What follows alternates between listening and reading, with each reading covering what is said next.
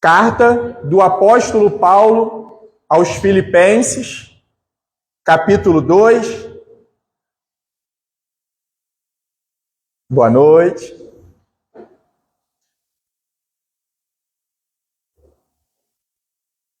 Irmãos, o tema da mensagem hoje vai ser servir ou ser servido. Nós temos, duas mensagens, se assim nós pudermos resumir a humanidade. Nós temos a mensagem que é de Deus e nós temos a mensagem que não é de Deus. A mensagem de Deus, hoje, ela se apresenta a nós através da Bíblia, sua palavra, no poder do Espírito Santo, apontando para o seu Filho Jesus Cristo, que é a própria palavra, No princípio era o Verbo estava com Deus e o Verbo era Deus. Hoje a humanidade, ela tem duas orientações: a palavra de Deus e a palavra que não é de Deus. Tudo que se apresenta fora da mensagem do Senhor não é a vontade de Deus para as nossas vidas. E quando nós temos a palavra de Deus nas nossas mentes, em nossos corações, ela funciona como um filtro. Tudo que nos chega, a gente passa pelo crivo da palavra. E a partir disso, nós nos posicionamos para dar glória a Deus. E hoje nós vamos ver o maior exemplo de como damos glória a Deus, através da nossa confiança, daquilo que cremos que é a verdade, e a partir disso nós somos obedientes. Vocês estão comigo? Na carta do apóstolo Paulo à igreja em Filipos? Amém? Capítulo 2, versículo 1. E a palavra de Deus nos diz assim: portanto, se existe alguma exortação em Cristo, alguma consolação de amor, alguma comunhão do Espírito, se há profundo afeto e sentimento de compaixão, então completem a minha alegria, tendo o mesmo modo de pensar, tendo o mesmo amor e sendo unidos de alma e mente. Aí olha o que ele diz: não façam nada por interesse pessoal ou vaidade, mas por humildade, cada um considerando os outros superiores a si mesmo, não tendo em vista somente os seus próprios interesses, mas também os dos outros. E nós vamos até o versículo 11. Tenham entre vocês o mesmo modo de pensar de Cristo Jesus, que mesmo existindo na forma de Deus, não considerou ser igual a Deus algo que deveria ser retido a qualquer custo. Pelo contrário, ele se esvaziou, assumindo a forma de servo, tornando-se semelhante aos seres humanos. E reconhecido em figura humana, ele se humilhou, tornando-se obediente até a morte de cruz.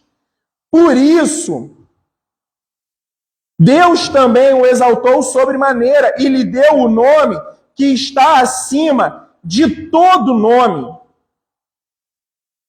para que ao nome de Jesus se dobre todo joelho, nos céus, na terra e debaixo da terra, e toda língua confesse que Jesus Cristo é o Senhor, para a glória de Deus Pai. Amém, igreja? Louvado seja o Senhor por sua maravilhosa palavra. Você pode fechar os olhos mais uma vez? Para nós buscarmos esse Deus tremendo, que disse que quando nós o buscássemos de todo o nosso coração, ele permitiria ser encontrado por nós. Pai, estamos aqui mais uma vez diante da tua palavra, que é viva e eficaz. E nós queremos lhe pedir que o Senhor, no poder do teu Santo Espírito, que é Deus, ilumine a nossa mente para que nós possamos compreender a tua palavra. Nos dê amor, nos dê profundidade no Senhor, Pai. Nos transforme Nos batize com teu Santo Espírito, nos cele para a eternidade, Pai. Nos torne cada vez mais semelhantes ao seu Filho Jesus Cristo.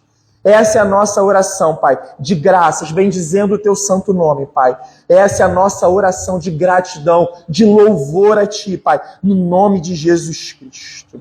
Amém, amém e graças a Deus. Irmãos, fica uma pergunta aí bem pertinente para os nossos dias, né? Servir ou ser servido, igreja? Nós temos como Cristo o nosso maior exemplo, né? De vida, de conduta, de fé, de prática. E o Filho do Homem, ele veio para servir ou para ser servido? Ele veio para servir. E antes de nós retornarmos aqui a esses 11 versículos da carta do apóstolo à igreja que estava em Filipos, eu gostaria que nós nos aprofundássemos um pouco mais em alguns entendimentos para que nós possamos mergulhar de novo nesse texto com mais compreensão daquilo que o apóstolo tratou com aquela igreja. Se vocês acompanharem ali na televisão, ministério vem da palavra grega diaconeu. A palavra diácono, que significa servir, ou douléu, que significa servir como escravo. No Novo Testamento, o ministério é visto como serviço a Deus e a outras pessoas em seu nome. Jesus forneceu o padrão para o ministério cristão.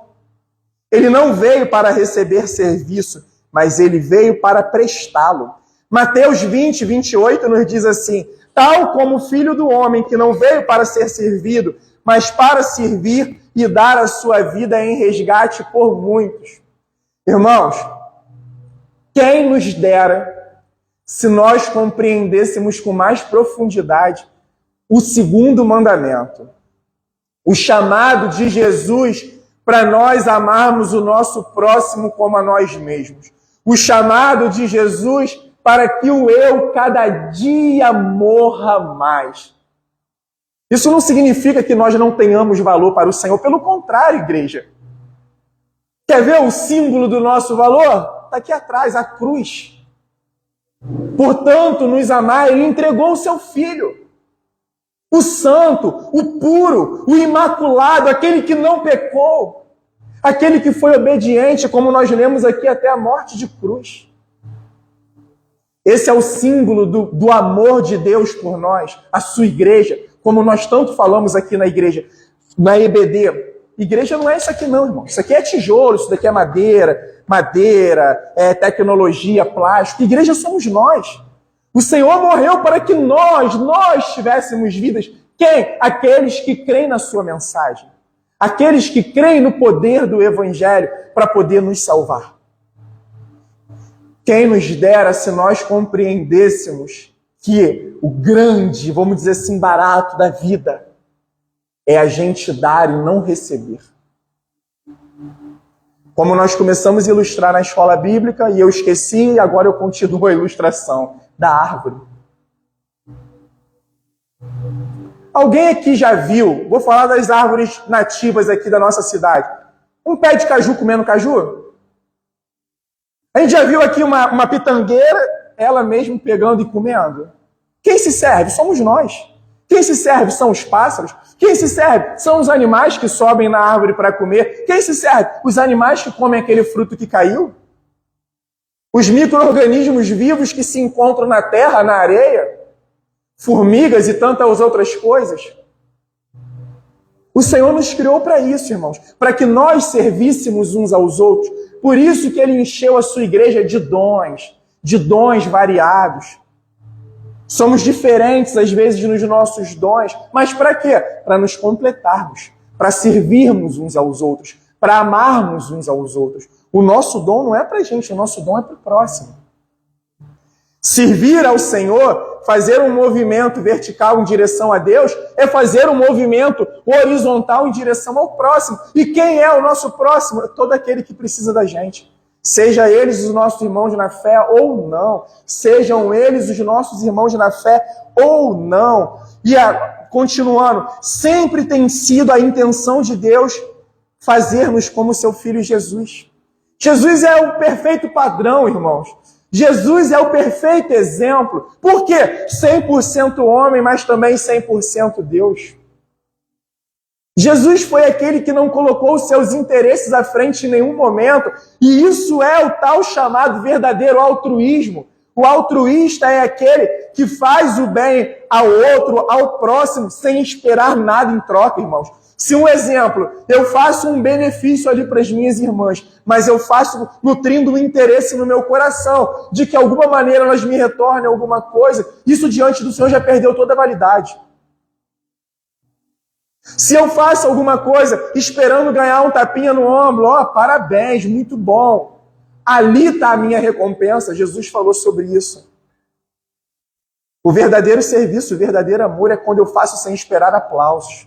É quando eu faço sem esperar nada em troca. Principalmente quando eu faço para que o nome de Deus seja exaltado, para que o nome do Senhor seja glorificado. É quando nós carregamos o nome do Senhor. E Romanos 8:29 nos diz: pois aqueles que Deus de antemão conheceu, Ele também predestinou para serem conformes à imagem de seu Filho, a fim de que Ele seja o primogênito entre muitos irmãos. O que significa quando, não lembro se é Atos 14 ou Atos capítulo 11, enfim, quando os cristãos são chamados pela primeira vez de cristãos em Antioquia.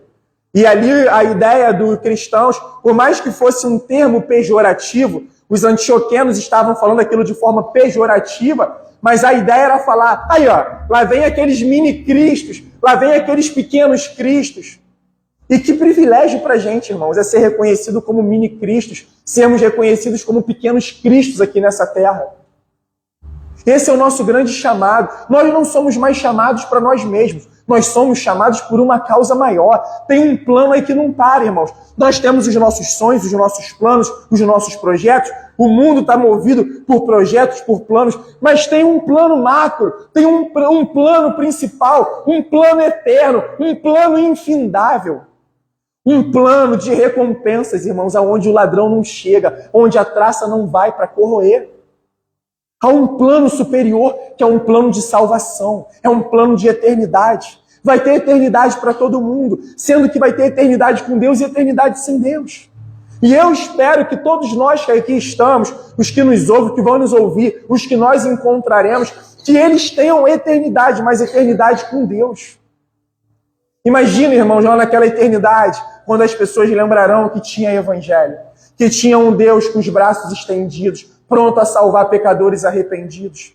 Mas talvez pode ser tarde para muitos, porque não ouviram a palavra do Senhor. A Bíblia oferece várias motivações para o nosso serviço. Queremos servir a Deus porque estamos recebendo nós um reino inabalável. Inabalável.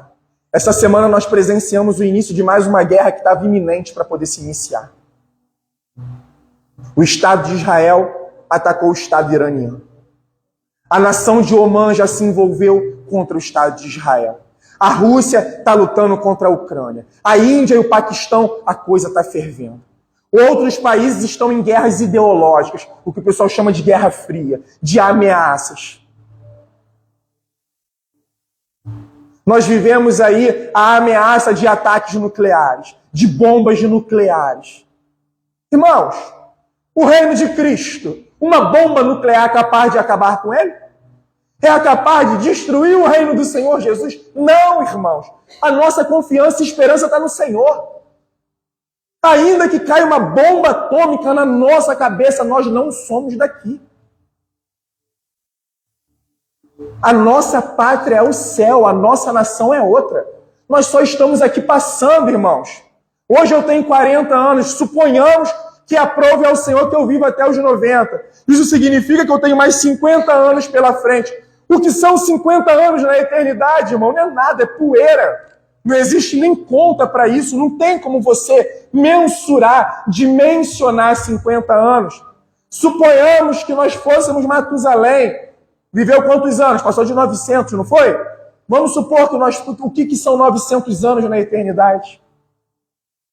E por que nós estamos trocando aquilo que é perene, aquilo que é perecível, por aquilo que é eterno, aquilo que vai ser para sempre? Nós não somos daqui. Porque nosso serviço supre a necessidade dos santos. Nós estamos aqui na igreja para poder amarmos, cuidarmos, servirmos uns aos outros. Essa é a marca da igreja, irmãos. A marca do Fluminense é um verde grená. A marca do Flamengo é um vermelho e preto. A marca do São Joanense é o branco, azul e vermelho. A marca de uma empresa é tal logotipo. A marca daquilo é tal... Qual é a marca da igreja de Cristo? O amor. O amor. Não é a nossa placa ali fora. Não é a nossa denominação. Não é como nós nos vestimos ou deixamos de nos vestir. A nossa marca é o amor. A marca que Jesus deixou para a sua igreja é quando as pessoas olhassem para nós e víssemos, olha como eles amam uns aos outros. E amar uns aos outros não é estar de abracinho o tempo inteiro, não é estar na casa um do outro o tempo inteiro.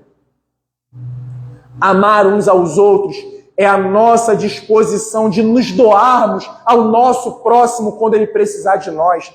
De nós nos doarmos ao nosso irmão quando ele precisar de nós. É nós sabermos que o nosso irmão precisa de alguma coisa e nós temos como ser parte daquele provimento e ficarmos indiferentes. É quando nós podemos levar uma palavra. É quando nós podemos ser a mão de Cristo, o abraço de Cristo, o conselho de Cristo, o amor, o perdão de Cristo. Porque o nosso serviço prova a nossa fé e faz com que outros louvem a Deus. Quando as pessoas olham para a gente, elas louvam a Deus através das nossas vidas.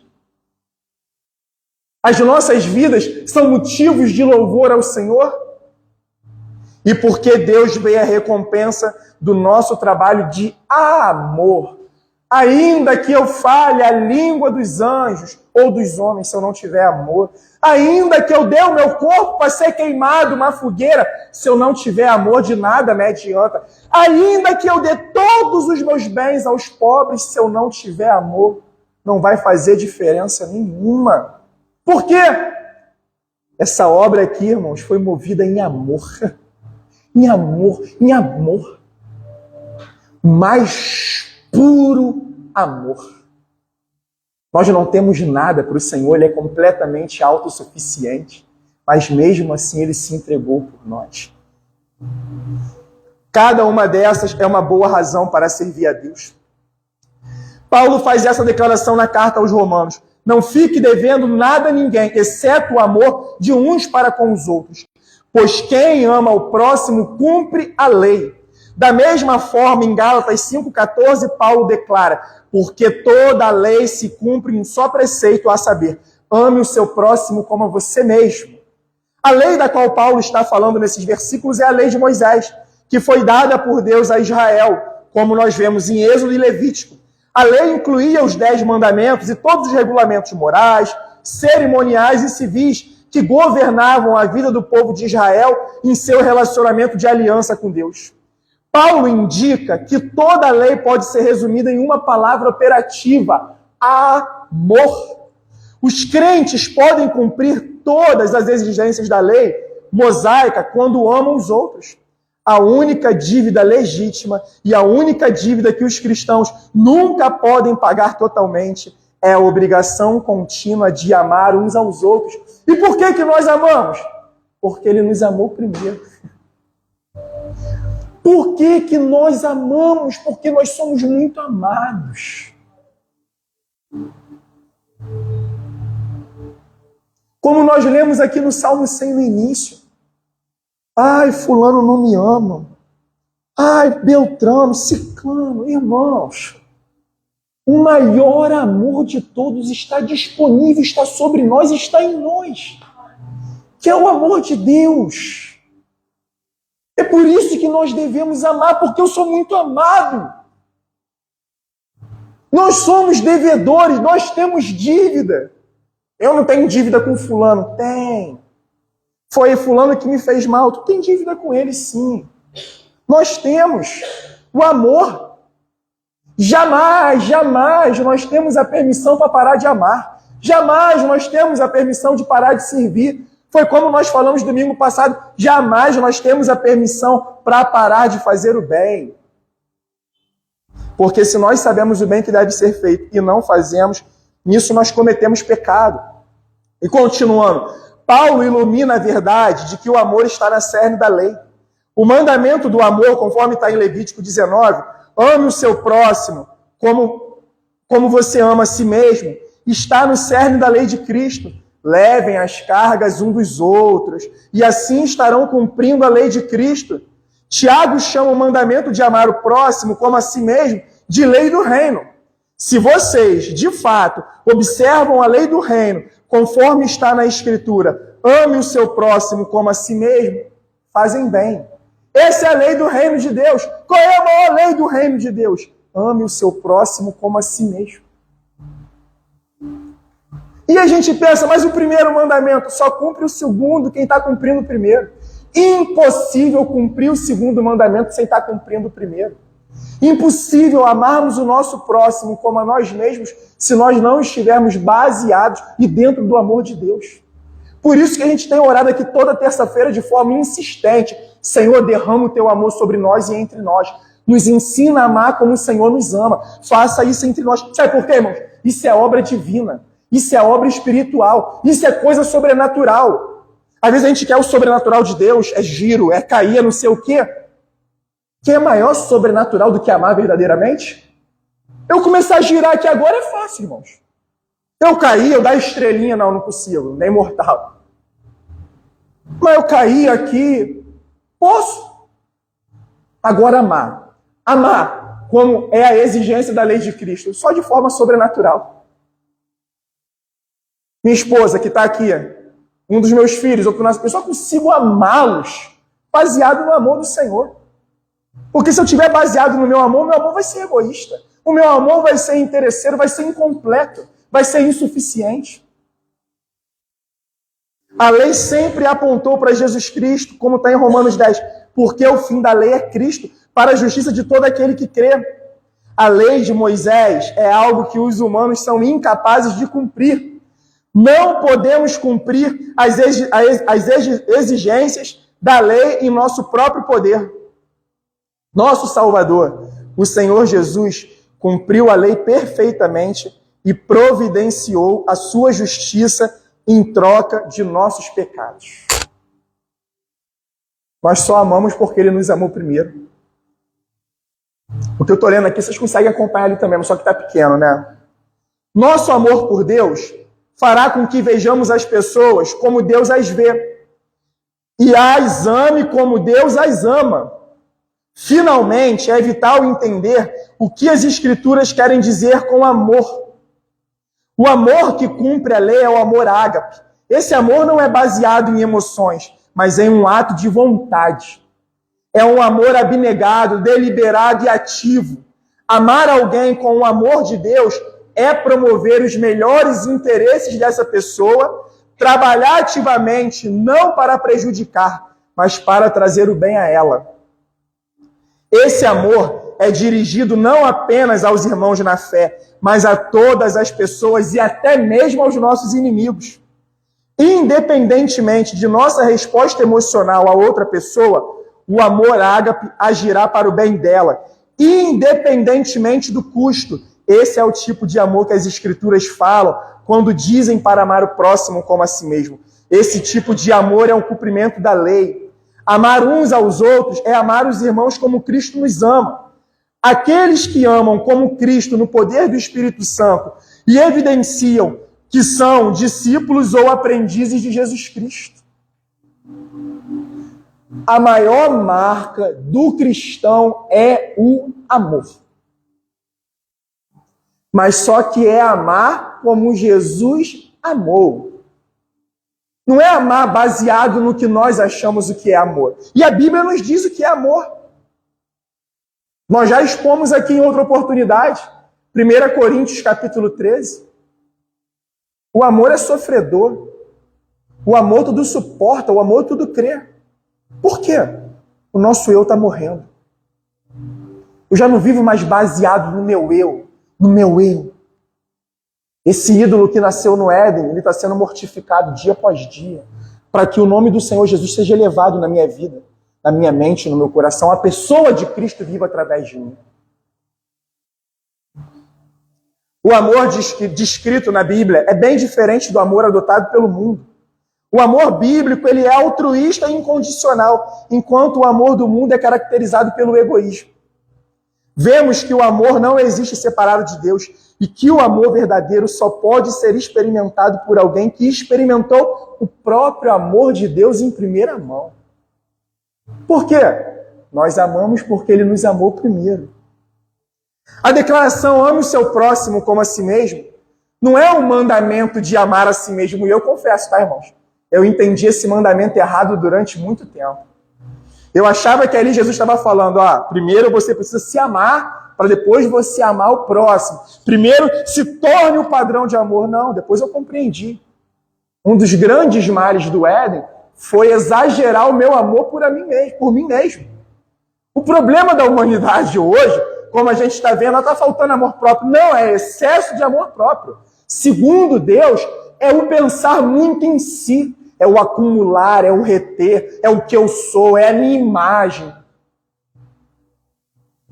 Não é falta de amor. Os consultórios de psicologia recheados sobre essa orientação. Precisa se amar, se amar. Calma. Calma. Tenhamos cautela. Será se os nossos problemas não estão brotando pelo excesso de pensar em nós mesmos?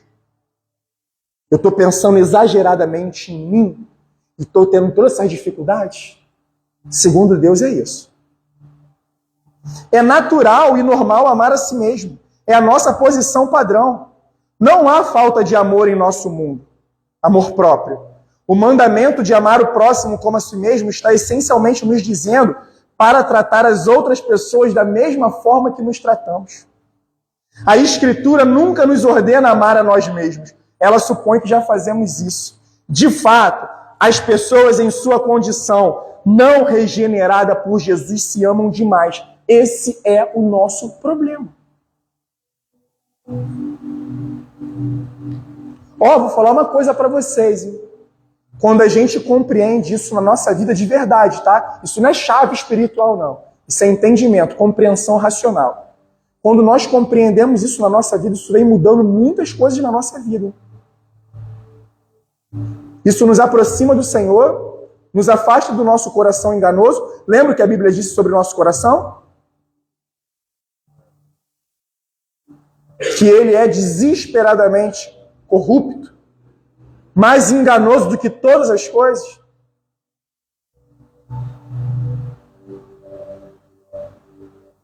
Quando a vida de Jesus começa a brotar em nós, o nosso eu vai morrendo.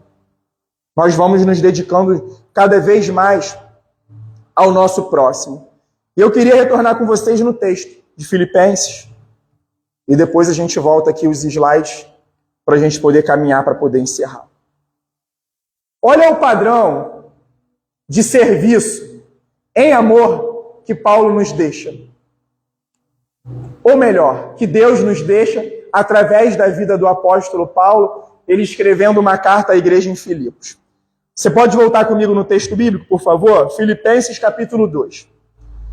Portanto, se existe alguma exortação em Cristo, alguma consolação de amor, alguma comunhão do Espírito, se há profundo afeto e sentimento de compaixão, então complete a minha alegria, tendo o mesmo modo de pensar, tendo o mesmo amor e sendo unidos de alma e mente. Sabe o que Paulo está falando aqui à igreja em Filipos? Se existe essas características do versículo 1 entre vocês, aí olha o que ele diz no versículo 2. Completem a minha alegria, sendo que unidos, tendo unidade na igreja, tendo o mesmo amor, se amem verdadeiramente, sejam unidos verdadeiramente. Se vocês estão pautados no grande exemplo que é Cristo Jesus, se vocês são discípulos e seguidores de Cristo, completem a minha alegria sendo unidos e amando uns aos outros. Olha o versículo 3. Mas não façam isso por interesse pessoal ou vaidade, mas por humildade.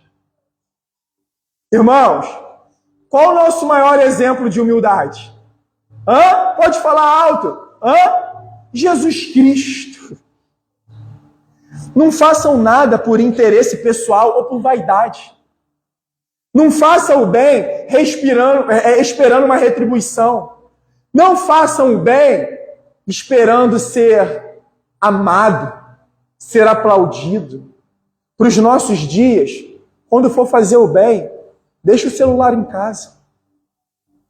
Estou aqui, os meus irmãos aqui, eu acabei de trazer 2 sacolões para cá, eu paguei uma conta aqui, ali eu dei dinheiro. Não é isso.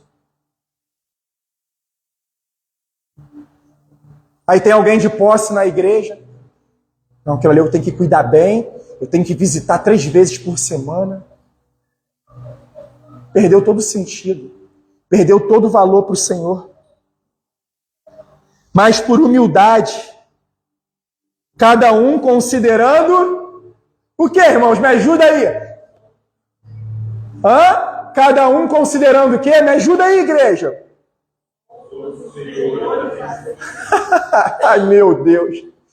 Que dificuldade para os dias atuais. A gente está ouvindo tudo ao contrário. Jesus prega altruísmo e o mundo prega a praga do pragmatismo, que é, crie um objetivo e chegue lá a qualquer custo, mesmo que você tenha que passar por cima de princípios. E o reino de Deus está tomado, infelizmente, ou o reino dos homens, melhor, por essa praga. E aqui a Bíblia diz, não considere o teu interesse superior ao do teu próximo, considere o interesse dele superior ao teu. Cheguei aqui para fazer... Vai. É o teu interesse. Para os dias atuais, não tendo em vista somente os próprios interesses, mas também os dos outros. É claro que a gente pode planejar, é claro que nós podemos sonhar, é claro que nós temos os nossos interesses pessoais, familiares, coletivos, talvez de um grupo reduzido, e não tem problema nenhum. Mas calma aí, o meu interesse vai servir ao próximo? O que eu estou buscando, o próximo vai ser servido? O Senhor vai receber glória através disso? O nome do Senhor vai ser exaltado através da minha vida, da minha profissão, da minha família, das minhas escolhas? É isso que o Espírito Santo está tratando com a igreja. Aí, olha só o que o apóstolo faz conosco. Traz o padrão perfeito. Tenham entre vocês o mesmo modo. Tem alguma Bíblia que diz um modo semelhante ou parecido? Eu acho que não tem. Tenham entre vocês o mesmo modo de pensar de Cristo Jesus. E agora, a palavra do Senhor nos apertou um bocado mais. Aleluia! Glória a Deus! Sabe por quê? Isso é a oportunidade de nos tornarmos semelhantes ao nosso Senhor, ao nosso Salvador. É a oportunidade que Deus está nos dando nessa simples noite de domingo, de nos tornarmos mais semelhantes a Jesus Cristo. A partir do que cremos e a partir do que praticamos. E olha o que ele diz. Que mesmo existindo na forma de Deus, ele está dizendo aqui, Jesus ao encarnar, Deus ao se encarnar em pessoa, em figura humana, ele não deixou de ser Deus. É o que esse texto está dizendo, ele continua 100% Deus e 100% homem. Ele diz, mesmo existindo na forma de Deus, ele não considerou o ser igual a Deus algo que deveria ser retido a qualquer custo. Mesmo ele sendo Deus, ele se humilhou, tornando a forma de homem. Jesus saiu de toda a sua glória e encarnou, se tornando um conosco, se tornando Emanuel. Mas se fez homem entre nós, saiu da sua posição de honra e veio para uma posição de desonra. Deus se fez um conosco. O servo sofredor de Isaías 53. É muito amor, irmãos. É muita bondade. É muita graça. E aí, sabe o que ele ainda diz aqui? Ele não tomou isso, ele não usurpou ser como Deus. Porque a Bíblia diz que Jesus teve fome, Jesus chorou, Jesus se sentiu cansado, Jesus teve aflição, e ele sendo Deus, não vou comer nada. Bom, foi o que o diabo tentou ele no deserto. Transforma essas pedras em pães aí. Tu não é o filho de Deus? Mas só que ele não usurpou ser como Deus. Ele se fez ele sentiu fome, ele chorou a nossa morte. Lembra quando o Senhor chegou para o sepultamento, Lázaro já tinha sido sepultado, chegou na missão de ressuscitar Lázaro, ele se comoveu, ele chorou a nossa morte. Pelo contrário, versículo 7, ele se esvaziou, assumindo a forma de quê, irmãos? Servo. Tornando-se semelhante aos seres humanos e reconhecido em figura humana. Saiu de toda a sua glória e se tornou homem. 100% homem e 100% Deus. Ele se humilhou, tornando-se obediente até a morte, morte de cruz.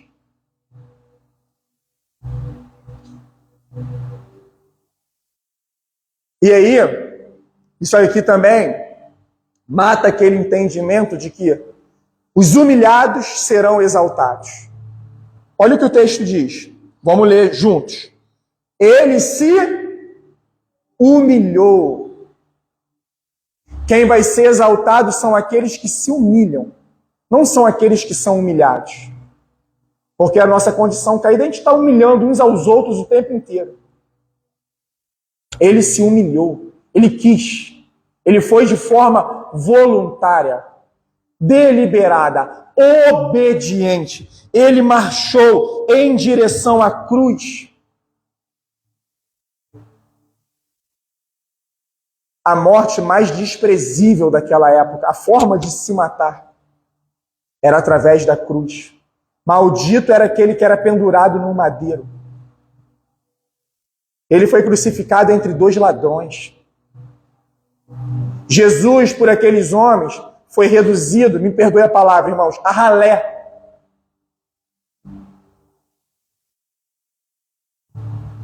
Mas não foi Roma que humilhou Jesus. Não foram os fariseus. Não foram as autoridades dos judeus. Ele se humilhou. Ele foi para a morte. Ele foi para a cruz. E a partir da sua obediência, a partir da sua humilhação, a partir da sua entrega, a partir do seu amor ao Pai, a partir do seu amor por nós, Deus também o exaltou sobremaneira e lhe deu o nome que está acima de todo nome. De repente a gente pensa, qual é o maior nome aí atualmente da história? Trump, Macron, Netanyahu, o líder do Irã, Putin, na Rússia, o ditador da Coreia do Norte, os monarcas ingleses ou de tantas outras nações. Qual é o nome que está acima de todo nome, irmãos? Jesus Cristo. E essa identidade, esse passaporte, nós carregamos por fé, irmãos. Quando a gente mete a mão no nosso bolso para poder mostrar os nossos documentos, não tem. Por quê? Ele é por fé. Eu recebi por fé e carrego por fé. A minha nova identidade. Reino de Deus. Não tem lá em cima República Federativa do Brasil? O nosso está reino inabalável do Deus eterno. o nosso passaporte não é para entrar em nações. O nosso passaporte, livre acesso ao Pai através do Filho,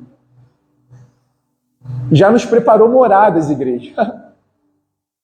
Já temos moradas prontas. Não é um projeto enganoso. Já está pronto. Já está à nossa espera. De quem? Daqueles que creem. E esse passaporte é por fé.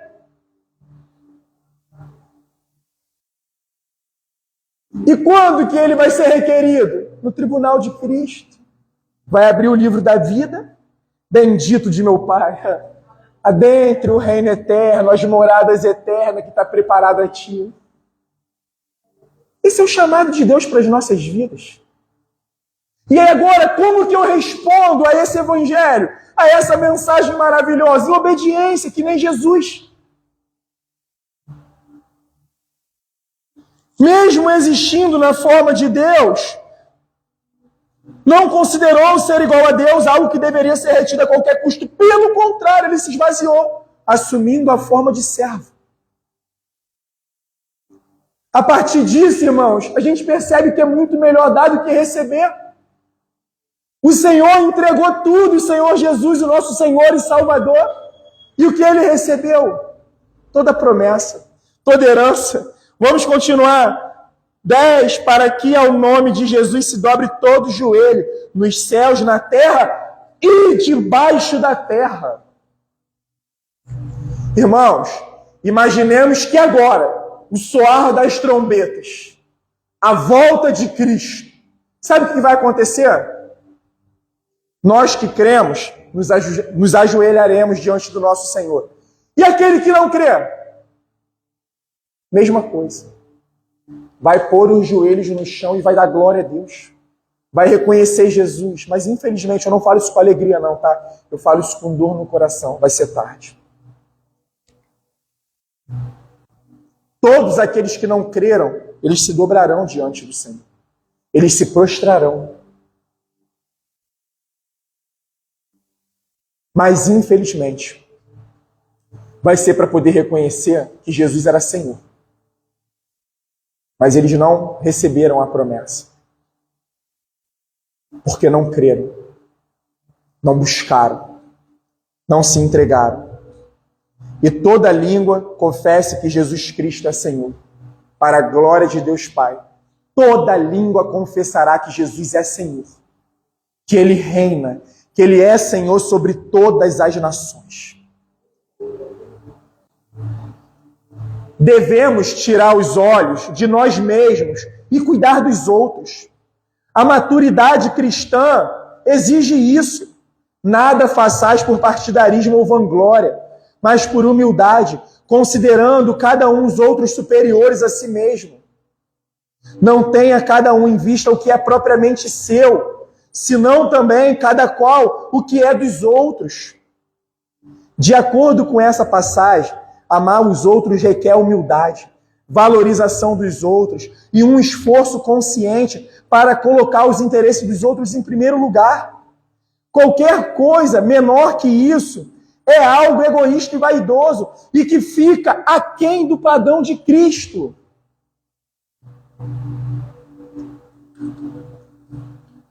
Jesus nos chamou para sermos árvores. O nosso fruto é para nós mesmos? É para o próximo. Eu quero produzir a 100 por 1 para que mais pessoas possam se servir da minha vida. Eu quero que a vida de vocês frutifique a 100 por 1 para que mais pessoas se sirvam da vida de vocês.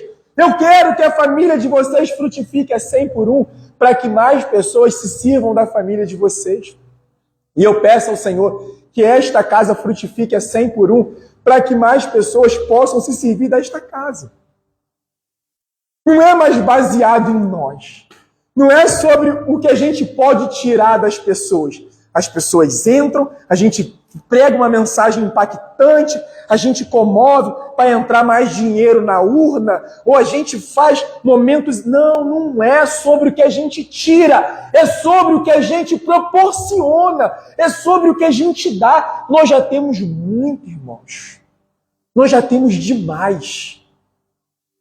O Senhor é o nosso pastor e de nada temos falta. Essa é a tradução. Se o Senhor é o meu pastor, de nada terei falta. A gente acha que está faltando, mas não está. Nós temos o suficiente para cada dia, para cada momento. O maná de amanhã, ou melhor, o maná de hoje não serve para amanhã. Lembra o que acontecia com o maná? Apodrecia. O nosso pastor vai cuidando de nós a cada dia. É relacionamento diário. Ele não nos deu um estoque cheio e falou, se vira e agora a gente se encontra no céu. Não. É a cada dia. A gente vai entrando nesse lugar de provisão, nesse lugar de palavra, nesse lugar de oração, nesse lugar de comunhão com Deus. Nós amamos os outros com base no amor permanente de Deus por nós em Cristo. Em resposta a esse amor, nós compartilhamos com todos, com quem entramos em contato, os nossos próximos. Quem é o nosso próximo? É todo mundo, irmãos. Não é só os nossos irmãos na fé, não é só os membros da nossa comunidade local. É todo mundo. É todo mundo. A gente saiu daqui e encontrou um drogado em necessidade. Ele é o nosso próximo. Nós saímos daqui e encontramos pessoas em condição de prostituição, necessitando. É o nosso próximo. E aquele que se diz nosso inimigo? É o nosso próximo. Alguém que teme não se amar o suficiente tem um foco errado. Sua preocupação, biblicamente, deve ser seu amor por Deus e seu amor pelo próximo. Eu é algo que queremos fora do caminho, para que possamos amar exteriormente como deveríamos. Irmãos, andar com Jesus é um convite à morte do eu. Quem quiser vir após mim, me ajuda aí, igreja. Negue-se a si mesmo, Negue-se a si mesmo, mato eu, toma sua cruz, mato eu. Já não sou mais eu quem vive, mas Cristo vive em mim. E hoje a vida que eu vivo pela fé no Filho de Deus, o qual me amou e se entregou por mim. Gálatas. E aí, para nós encerrarmos, fica aí algumas aplicações. Você tem servido e amado ao Senhor como a grande prioridade de seus dias e de toda a sua vida? Responda isso sinceramente no seu coração, não precisa responder um ao outro, não. Deus tem sido a grande prioridade dos seus dias? Todos os teus passos, os teus planos, estão dedicados a Ele? É pensando nele? É envolvendo Ele? Porque só pensar também não é suficiente, precisamos envolver. E como que nós envolvemos? Obedecendo.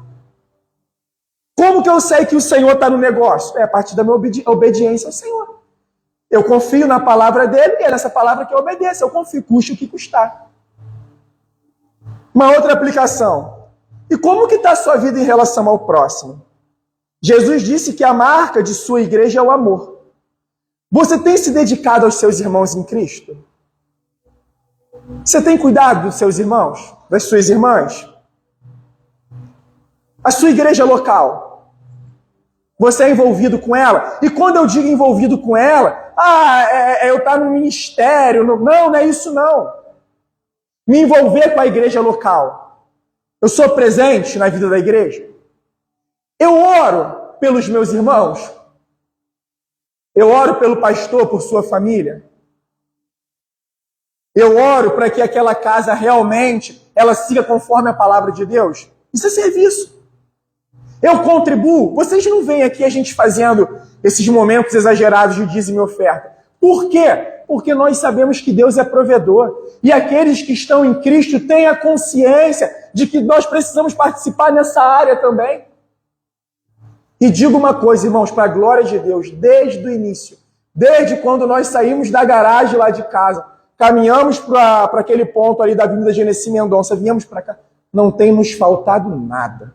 Não somos igreja rica, de entradas altas, não estamos preocupados com isso, mas o provedor tem cuidado de tudo. Tudo, tudo. Sabe o que é não faltar nada? Não faltou nada. Nunca vencemos uma conta, nada, nada. O bom nome de Cristo é pregado através desse testemunho, vocês podem ter certeza.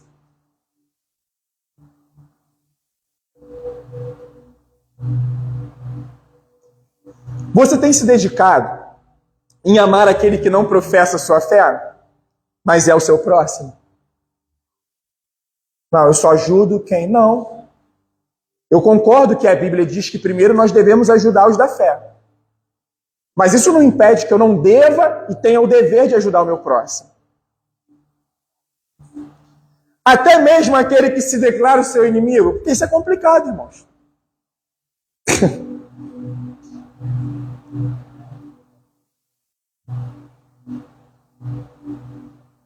Pessoas que talvez, não, eu sei que fulano, né? Você ora por ele? Por ela? Por que precisa estar o tempo inteiro? Não, não é isso não. Ame da forma invisível, que só Deus é glorificado, orando. Se dedique a orar por essas vidas. Sabe por quê? É nós nos matarmos. Não, eu não oro porque é imperdoável o que a pessoa fez comigo. Não, eu não oro porque eu não merecia. Sabe por que você não ora? Porque estamos cheios de eu. Percebeu? Eu não oro porque eu não merecia aquilo. Eu não oro porque doeu demais em mim. É só o eu morrer. É só o eu morrer. Isso traz muita leveza para os nossos dias, irmãos. Meu Deus, como a palavra dele é perfeita. É simples e poderosa. É simples e poderosa. Deixa eu falar uma coisa para vocês. Jesus, sendo Deus, é um baita psicólogo, tá? Inclusive, ele é usado na academia. Os psicólogos, no processo na faculdade, eles estudam, tá? A respeito, só que eles não creem em Cristo como Cristo. Não sabe. Nós cremos como filho de Deus, amém? Como nosso Senhor e Salvador. Amém, igreja? E aí, lembrando de Tiago, para nós encerrarmos essa mensagem hoje, Tiago 4,17. Portanto, aquele que sabe que deve fazer o bem e não o faz, nisso está, fala alto, igreja, pecando. Você pode ficar de pé no seu lugar nesse momento, em nome de Jesus?